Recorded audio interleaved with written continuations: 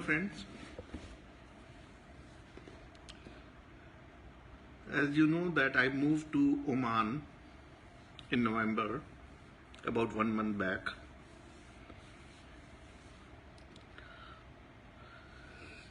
So I have been reading about and discussing with people about the socio-cultural aspect of Canada versus Asia or Oman or India. So I thought I should share my research or experience with you. What the real difference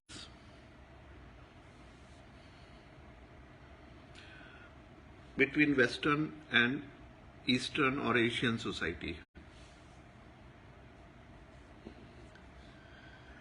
So the topic I will take up is humanity as a subject. As you know, in 18th century in Europe, after French Revolution and nation states formation, there were great philosopher. It is called Renaissance period. Renaissance in the sense the people of Europeans mostly realized that kingmanship and church has betrayed the common people. There used to be an aristocratic elite class which constitute of court ministers and pastors, priests, people. So those occupied the higher positions in the society. Handful of people, and large section of population were suffering, right? So eventually there was a revolution in Europe and they executed the king, Louis Philippe XVI.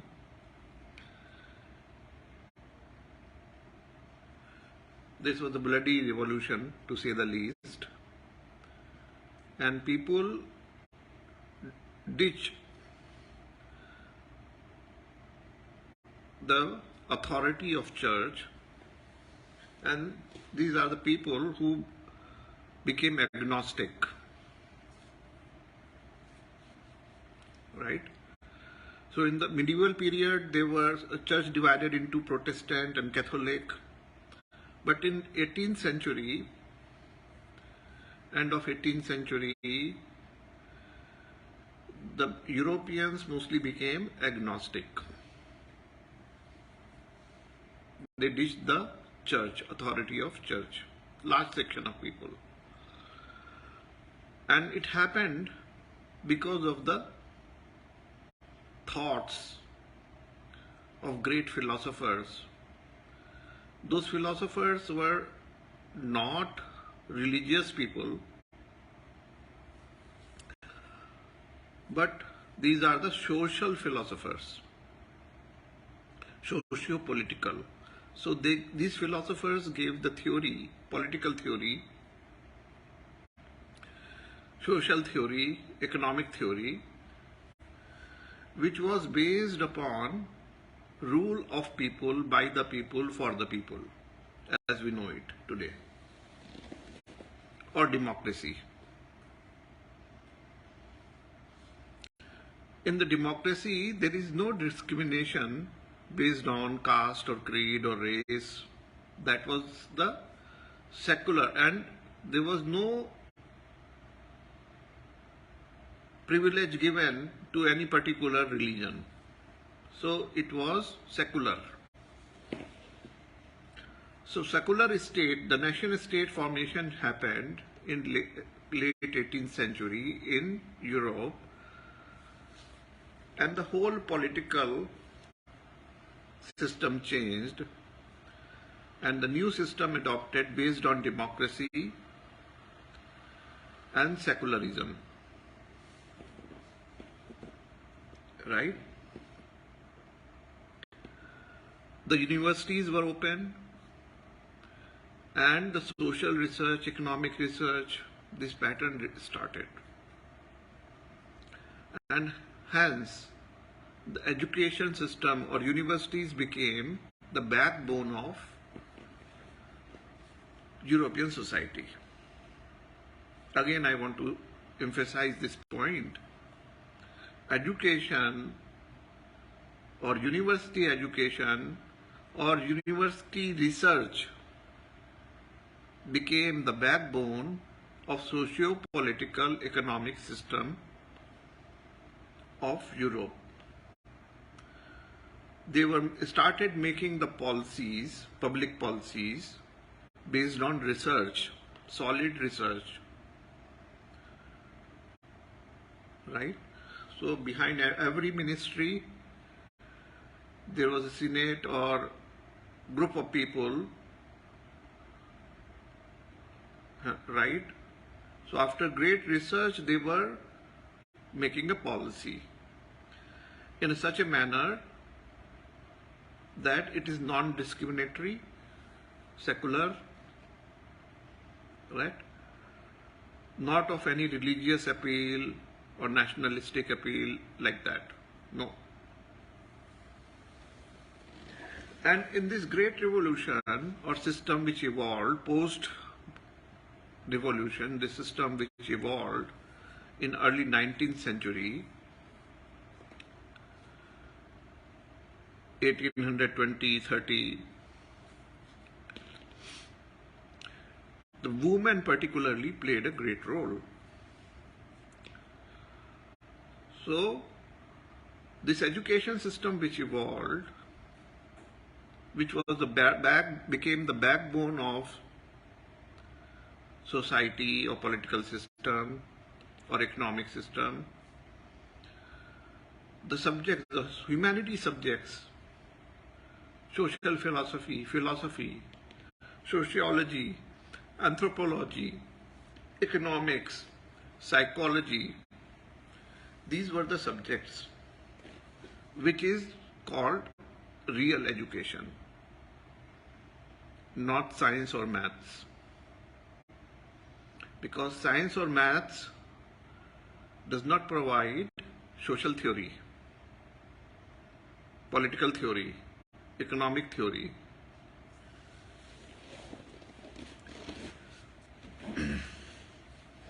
So the backbone of society, which is standing on, society basically standing on three legs,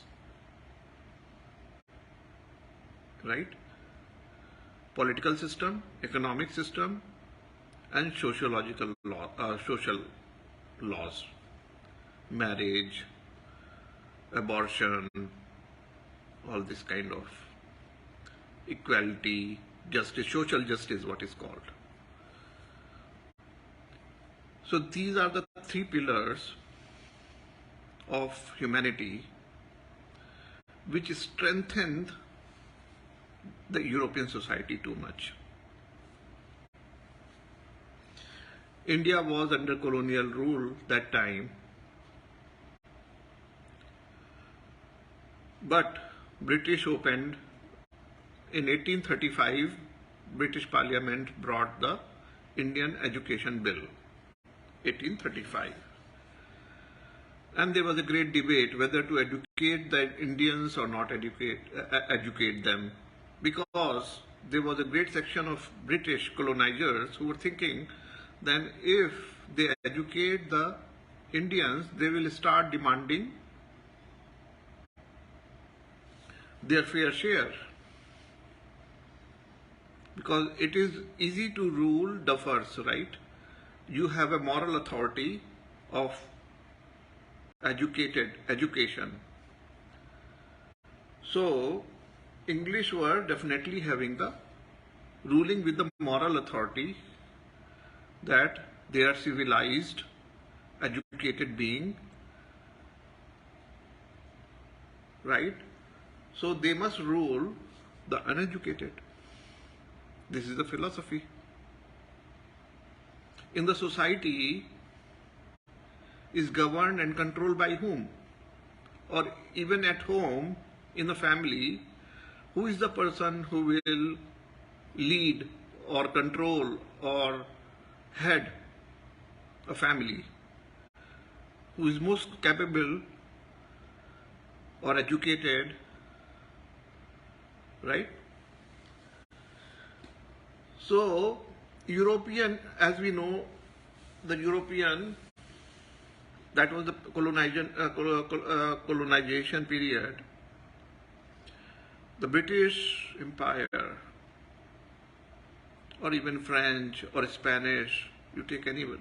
So they were ruling over others based on their moral authority, which they derived by university education.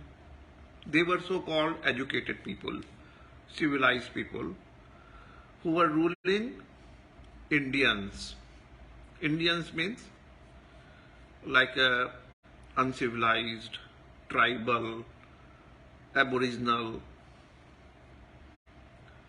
आदिवासी, जाहिल, गंवार, जो भी आप उसको नाम दें, basically जाहिल गंवार. So any jahil gawar person must be ruled over. That is very natural phenomenon, because they cannot govern themselves. What is the difference between educated and jahil and gawar? The educated person participates in the economic system, in the social system. It is part of, he is a part of social system, what is called system, or political system, because he votes. He plays a very crucial role in the political system, because politics is by people, for people, and right, whatever three words are there, for the people, by the people, and third word I am slipping from my mind. So this is called the citizenship. Citizenship is granted to the educated person who has who enjoys the equal right. Right? So this right is not given to uneducated, to jahil, gamar, neech, because how he can make a decision or elect a people? A jahil, gamar, uneducated person or Indian cannot be part of political system or social system.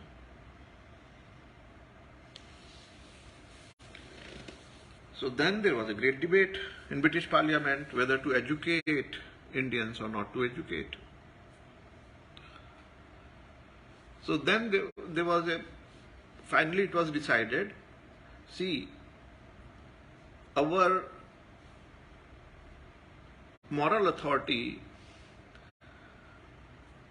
we are the rulers or colonizers with a mission. What is our mission? To civilize the Indians. On that moral ground only we are ruling. So it becomes our duty, okay, to educate Indians. But at the same time, we must keep in mind that we will not educate so many Indians so that our own rule comes under the threat, right? Because there will be a day when these Indians, educated Indians who educated from our system or universities, they will definitely going to challenge us or take challenge us or demand self-rule or whatever, which happened eventually. So 1835, after the education system, education bill, Bengal presidency, right, Bengali became educated first. So by the end of 19th century, these educated Bengalis formed the Congress and started demanding self-rule, that they should also participate in the government because they are also educated. So they were talking in equal terms with the English now, even challenging them on certain topics or debates.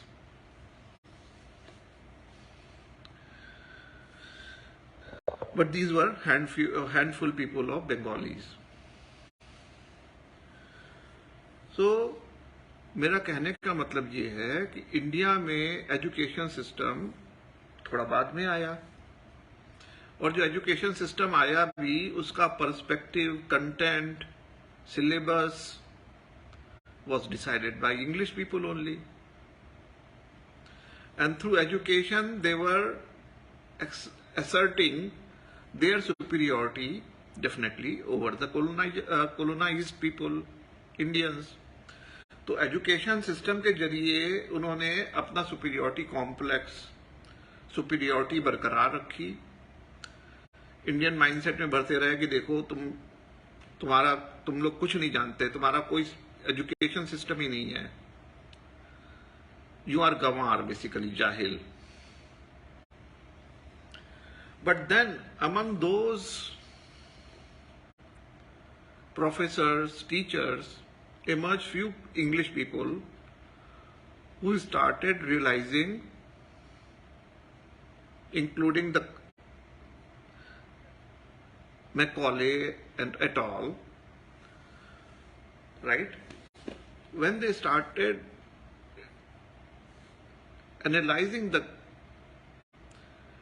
Indian education system before British or Sanskrit texts, then they realized that, okay, Veda and Puran, when they started reading, they found there is a great science and knowledge in it. So these called Orientalist.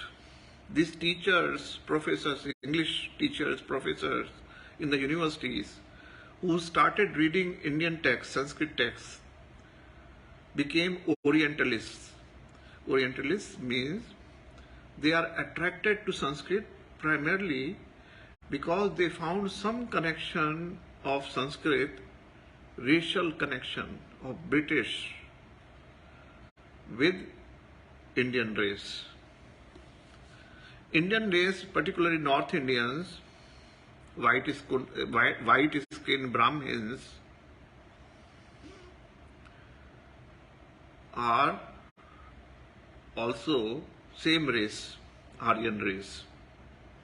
That's how the European discovered their Aryan roots.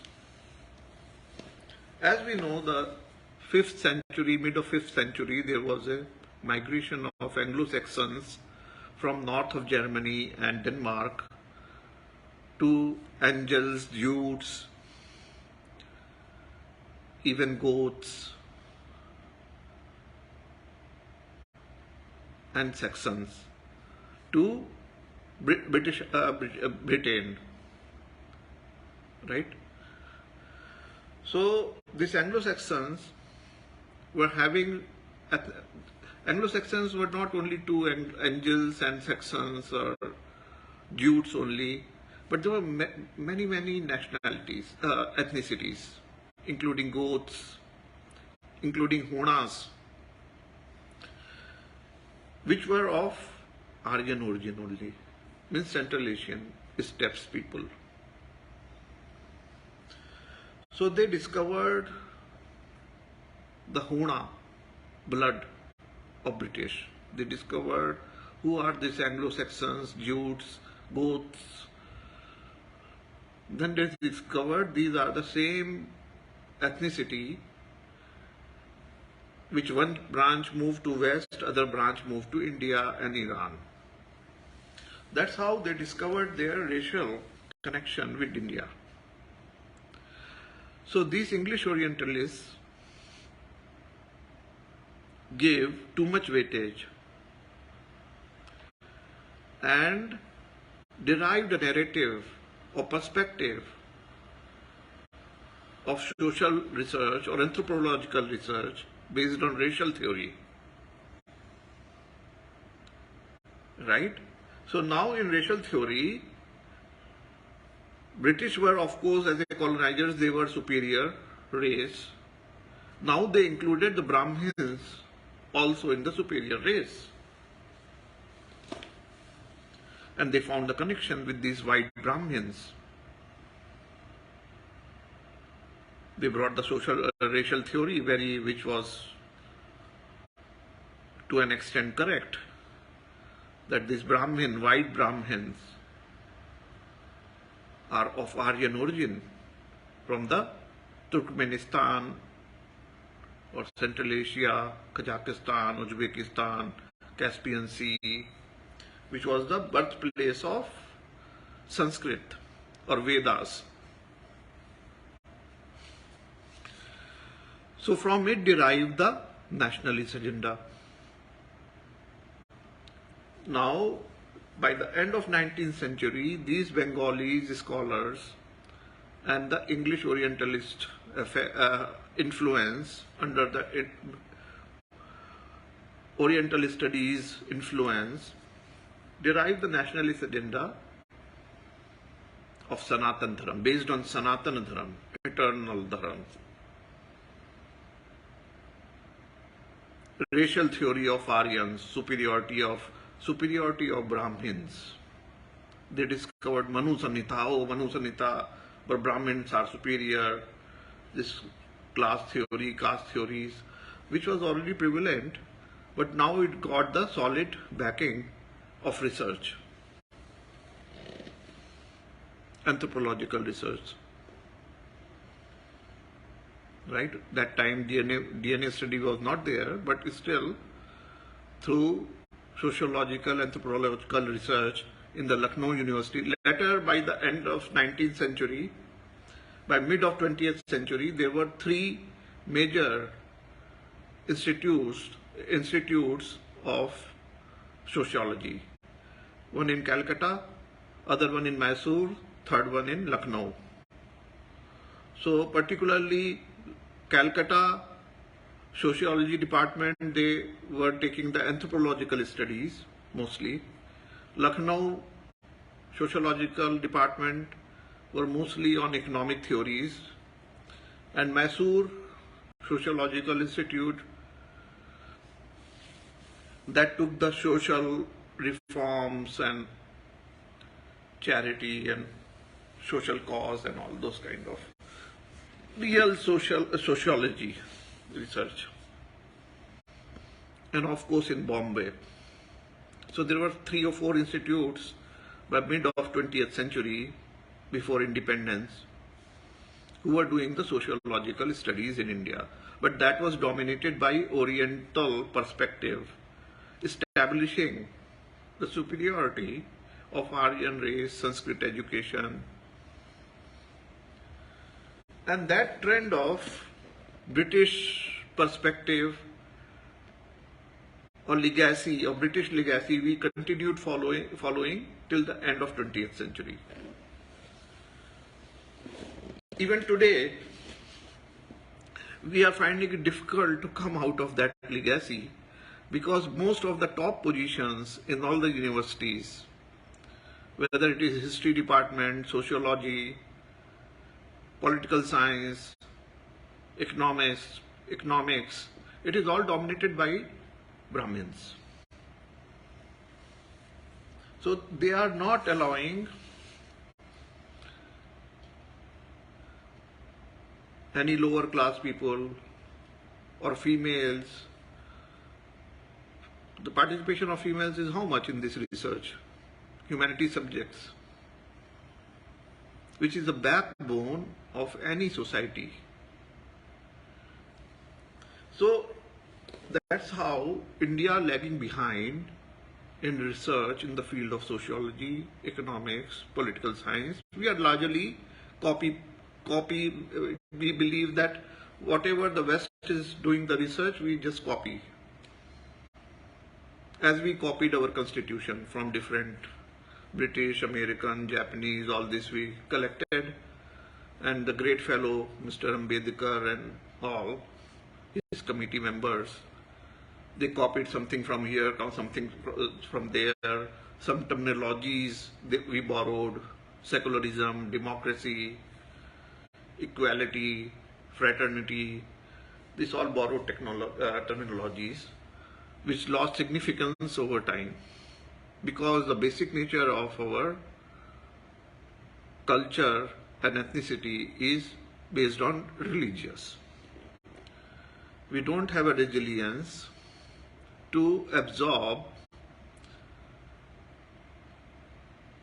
humanity, which we already did after the decline of Buddhism in India by the 7th century.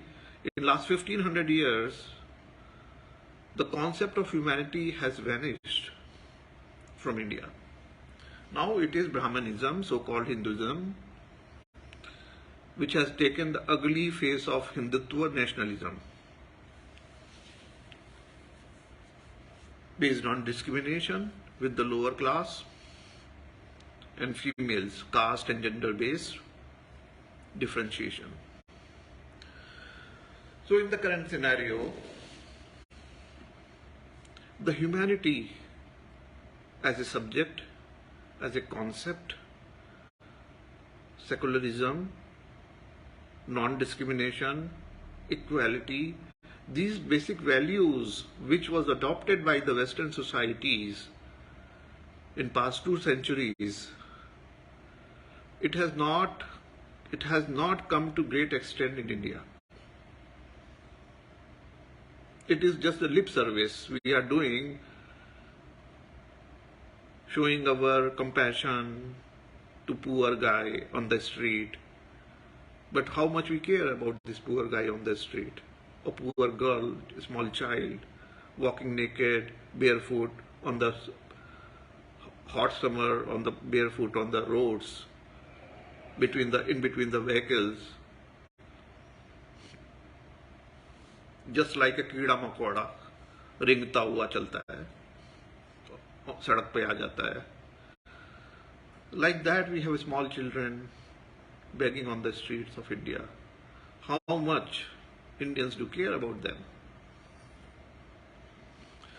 So this humanity and the social or humanity-based subjects, which is the backbone of healthy society.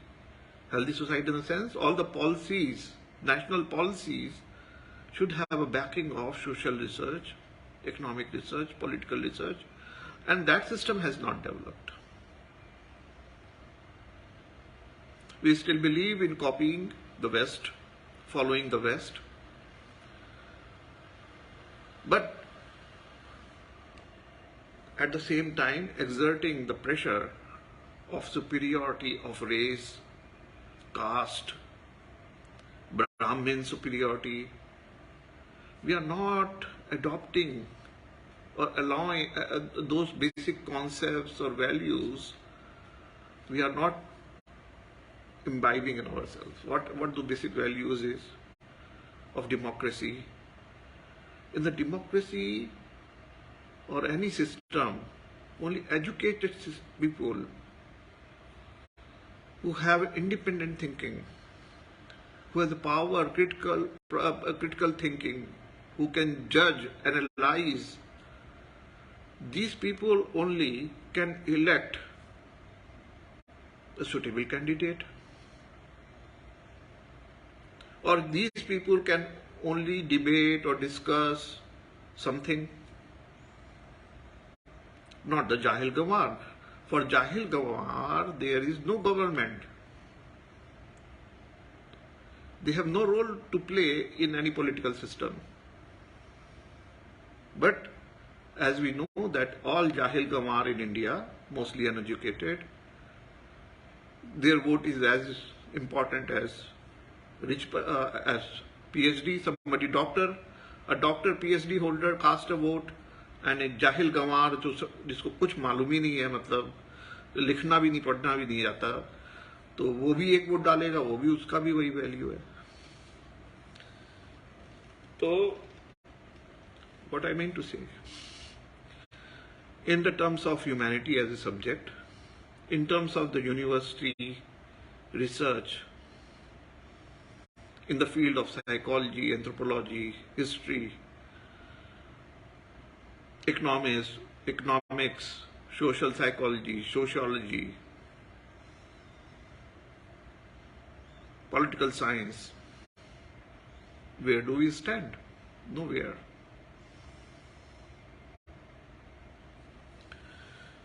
So India is on the cusp of another revolution, not another, the revolution which happened in 18th century in Europe by the large section of people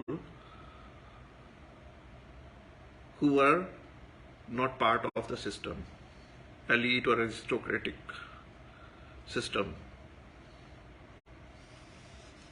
So this revolution will happen in India sooner or later. It is happening. Kisan Andolan, CAA आंदोलन, जिसमें कि महिलाओं ने बहुत participate किया, तो सब महिलाएं सफर कर रही हैं इंडिया में. Lower class, last section people, as we know, that are suffering, and all top positions are occupied in every institution, public institution, by the Brahminical class. This is a very, very known, unfortunate fact. In our justice system, in our universities, in any administration, in police, everywhere, you see, means the representation of lower class, despite the reservation, is quite low.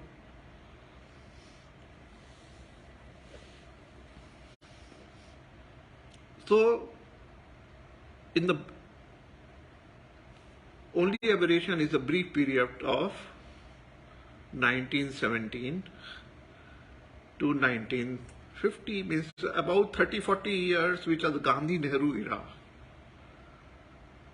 This great legacy set by the great scholars. उसके पहले 18th century में जितने social reformers थे, from Raja Ram Mohan Roy to Dayanand Saraswati to Vivekananda, they could not have any impact, large extent impact on the society. They were philosophers, they were great social reformers, but their impact was quite limited to abolition of Sati Pratha.